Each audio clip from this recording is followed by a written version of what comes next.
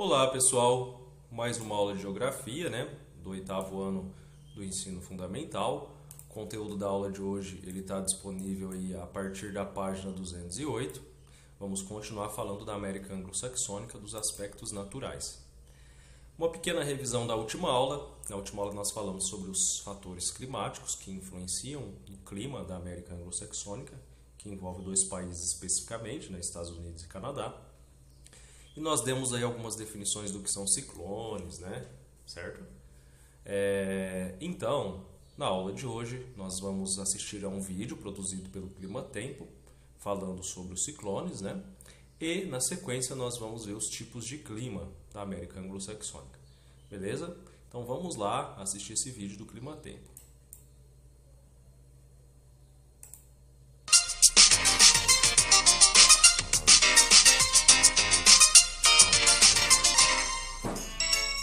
Furacão ou tufão, ou ciclone tropical. Os três fenômenos da meteorologia estão associados a tempo severo. Vamos agora tirar todas as dúvidas e explicar a diferença entre os sistemas. Os furacões nascem sobre as águas quentes dos oceanos, geralmente regiões onde a temperatura superficial da água ultrapassa os 27 graus. O ar aquecido pela água quente do mar funciona como uma espécie de combustível para a formação desse potente sistema. Tudo começa quando o Sol aquece a água do mar e o vapor da água se eleva, favorecendo a formação de nuvens pesadas de tempestade, do tipo cumulonimbus. À medida que as correntes de vento ascendente se fortalecem, as nuvens cumulonimbus absorvem mais e mais ar quente e úmido. Carregadas de umidade, essas nuvens se juntam e formam um sistema de baixa pressão atmosférica. São grandes redemoinhos que começam a girar mais rápido sobre o oceano, indicando que um furacão está prestes a se formar. O primeiro estágio desse sistema é chamado de depressão tropical, quando os ventos chegam até 50 km por hora. Passando disso, o sistema ganha força, se torna uma tempestade tropical. E quando a velocidade dos ventos persistentes atinge 119 km por hora, tecnicamente, a área de tormenta vira então um furacão. Bem no centro do sistema temos o que se chama olho do furacão. Mas veja só que curioso, apesar do nome ser sugestivo, de dar a impressão que é algo assustador, lá no olho da tempestade, tudo é calmo e tranquilo. Vamos dar uma olhada na lateral de um furacão.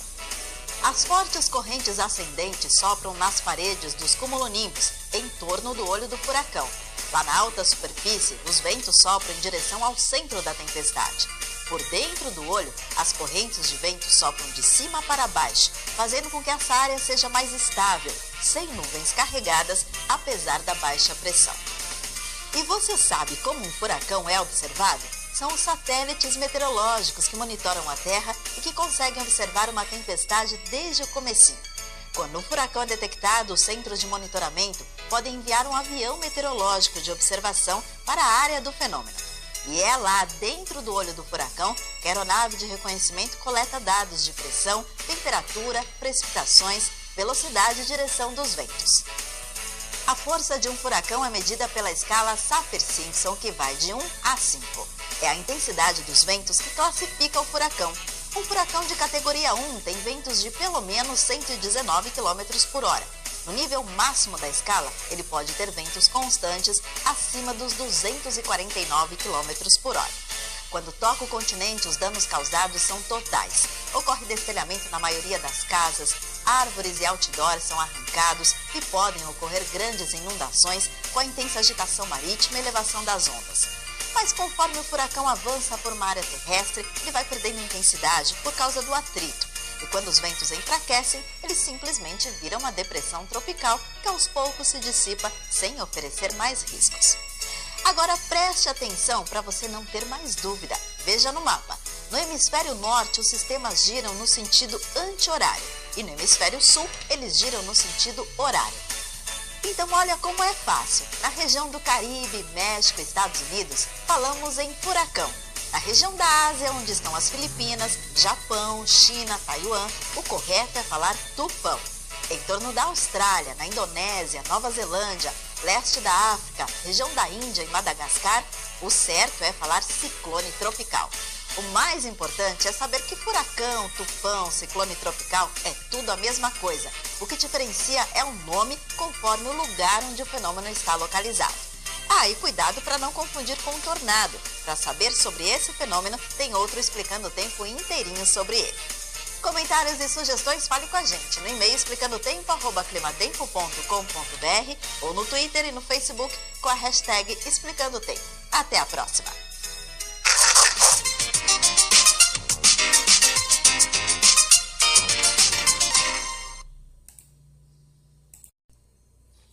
Pessoal, então após assistirmos aí o vídeo sobre os ciclones, né, a gente viu aí a diferenciação, né, dos termos que se usam em cada parte do nosso planeta. Vamos iniciar então o estudo dos tipos climáticos aí da América Anglo-Saxônica. A América Anglo-Saxônica, lembrando, é a região aí, do Canadá e dos Estados Unidos. Nós temos aqui os principais tipos climáticos, olha só. Subpolar frio e de montanha, que é esse clima aqui, ó, de acordo com a legenda. Observem aqui, ó, na cor azul, ele está mais na porção norte aqui, né, da América Anglo-Saxônica, e aqui também nessa parte oeste. Acompanha aqui com a seta do mouse para vocês verem, é uma região montanhosa, tá? Na porção verde nós temos o clima frio, ele vem até aqui perto do Alasca, aqui parte do Alasca também, né, e do Canadá. Nós temos o temperado continental, nessa cor aqui verde clara, que fica mais na porção central, ó, pega parte do Canadá e pega parte dos Estados Unidos.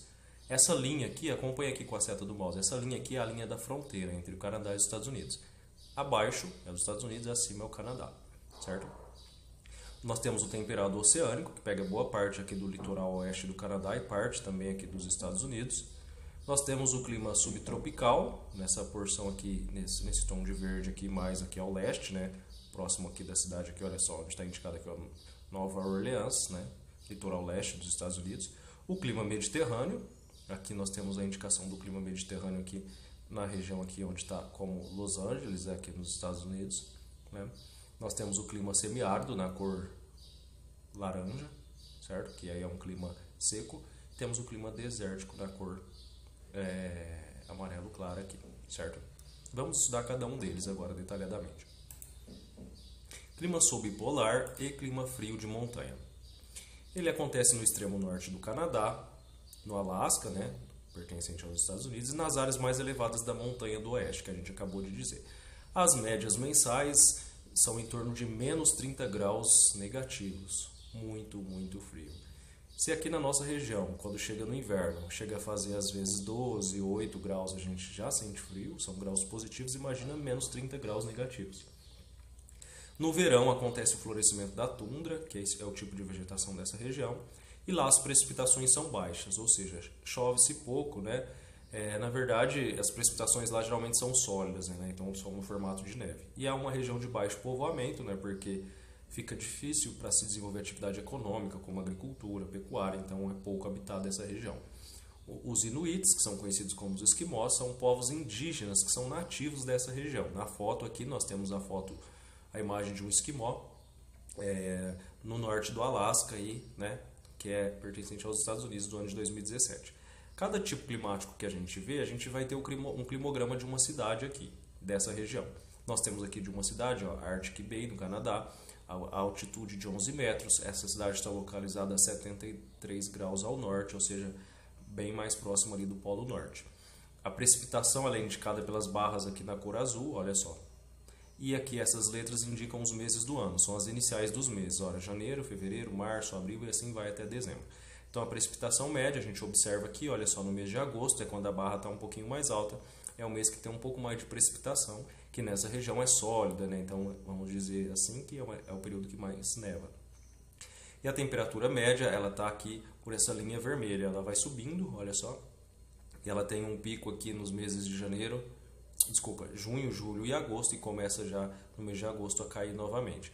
Lembrando que essa região América Anglo-Saxônica está no hemisfério norte, então aqui no Brasil, enquanto é verão, lá vai ser inverno. Enquanto aqui é inverno, lá vai ser verão. Se aqui for primavera, lá vai ser outono. É o inverso, tá?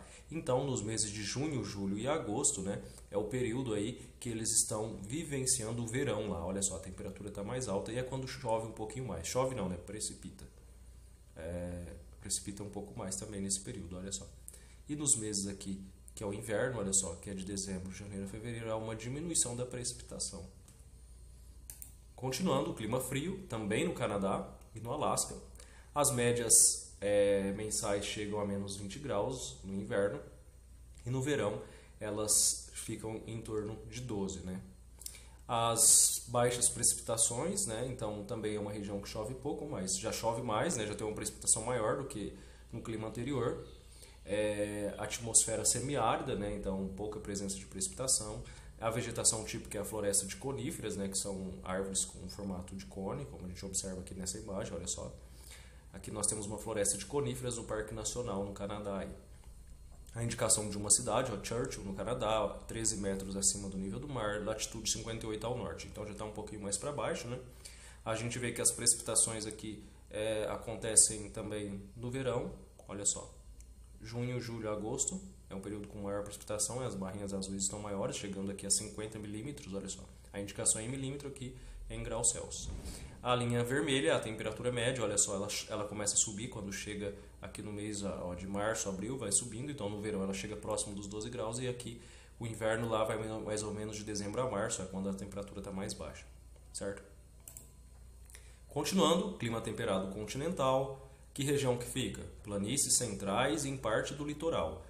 Esse clima ele tem 4 estações do ano bem definidas. No inverno, as médias mensais ficam em torno de 0 graus e no verão chega a fazer 25 graus, né?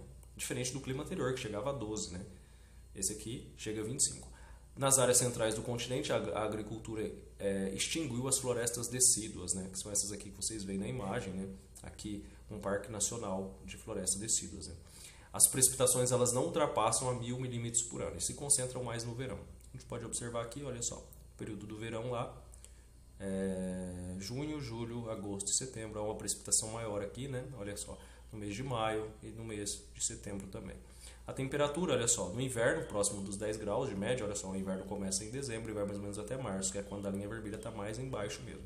A linha vermelha vocês comparam com o número vermelho aqui do lado, que é a temperatura. As barras azuis com a numeração azul aqui. Então o pico, olha só, chega próximo aqui entre os 20 e os 30 graus, né? Próximo aí, como diz aqui, dos 25, no mês de julho, que é o verão lá. Continuando, clima temperado oceânico, ele acontece na costa oeste do Canadá e no noroeste dos Estados Unidos. Ele é influenciado principalmente pela corrente marítima quente do Pacífico Norte. É uma região que acaba provocando neblina, eleva a umidade do ar e favorece as precipitações que acontecem em média em 1.500 milímetros por ano. Então é uma região que chove bastante. Nós temos aqui, né, a indicação aqui de uma vista aérea de uma cidade aí dessa região. As chuvas elas acontecem nos meses mais frios e as médias térmicas ficam entre 2 e 19 graus. A região é coberta por densas florestas exploradas pelas indústrias madeireiras e replantadas constantemente. A gente vê o climograma aqui, olha só, diferente dos climas anteriores, olha só o tamanho das barras azuis, ou seja, chove-se mais. Aqui fala que as chuvas acontecem nos meses mais frios. Lá o inverno, ele vai de dezembro até março. Olha só, a precipitação em dezembro, olha só a precipitação em janeiro.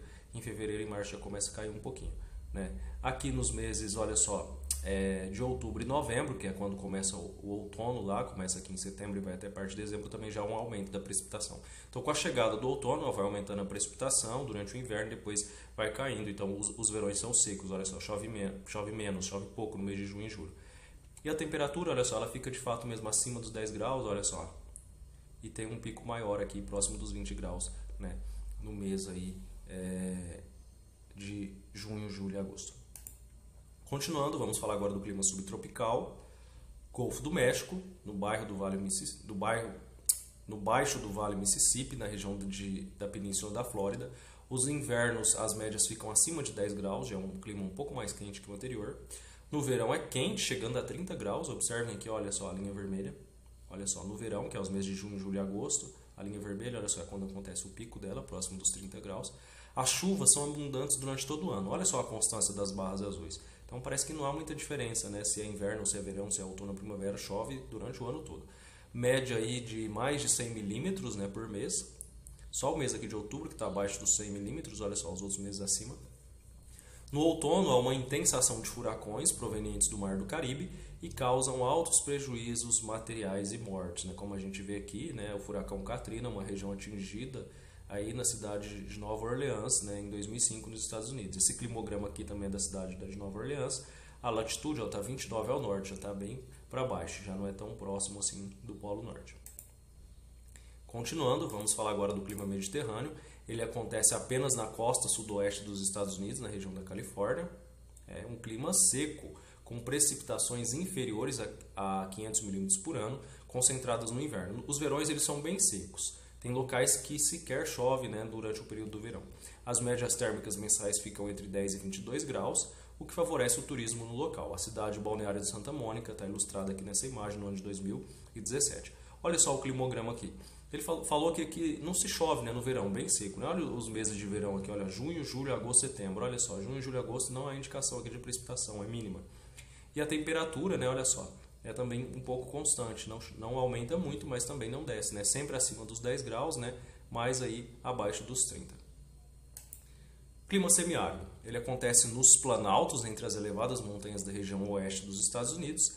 As chuvas são escassas e irregulares, raramente chegando a 200 milímetros por ano. Olha só a indicação das chuvas aqui, nessa cidade aqui, né, dos Estados Unidos, que ela está 330 metros acima do nível do mar, 33 graus de latitude. Então, olha as barras azuis, então não chove mesmo. O inverno, as médias mensais são superiores a 10 graus, a gente vê aqui, olha só, mês de dezembro, janeiro e fevereiro, então acima de 10 graus. O verão é quente, com médias mensais em torno de 30 graus. O verão é dos meses de junho, julho e agosto, olha só, é o pico, né, dessa linha vermelha, quando está mais quente mesmo.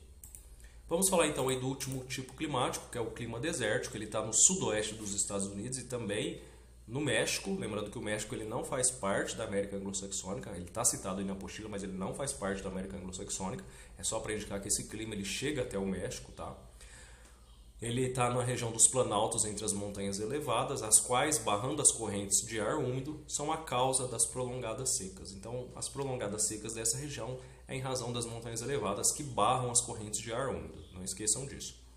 É o clima mais quente e seco dos Estados Unidos. Nos verões, as médias chegam entre 35 e 40 graus. Olhem aqui, acompanhem comigo a linha vermelha aqui do climograma, olha só. O pico nos meses de junho, julho e agosto, olha, é o verão bem quente mesmo. As precipitações são quase inexistentes, raro chegar a 100 milímetros por ano, somando tudo não dá 100 milímetros por ano, olha só. Quase não há indicação de precipitações. Chove um pouquinho mais aqui no mês de julho e agosto, olha só. Não há indicação de chuva em outubro, novembro e dezembro e nem no mês de fevereiro. Nós temos nessa região o Vale da Morte. Ele chegou a registrar 56,7 graus no dia 10 de julho de 1913. Foi a temperatura mais alta registrada na história do nosso planeta. Ele fica no deserto do Mojave, na Califórnia. Ele está situado a 86 metros abaixo do nível do mar. Então é uma região de depressão. Pessoal, o conteúdo da aula termina por aqui. A gente estudou na aula passada os fatores climáticos, né? Terminamos a aula passada falando dos ciclones. Iniciamos essa aula com um vídeo sobre o ciclone. E terminamos falando de todos os tipos climáticos presentes aí na América Anglo-Saxônica. A gente continua na próxima aula os estudos. Qualquer dúvida, direcione ao tutor da turma de vocês. E até a próxima aula.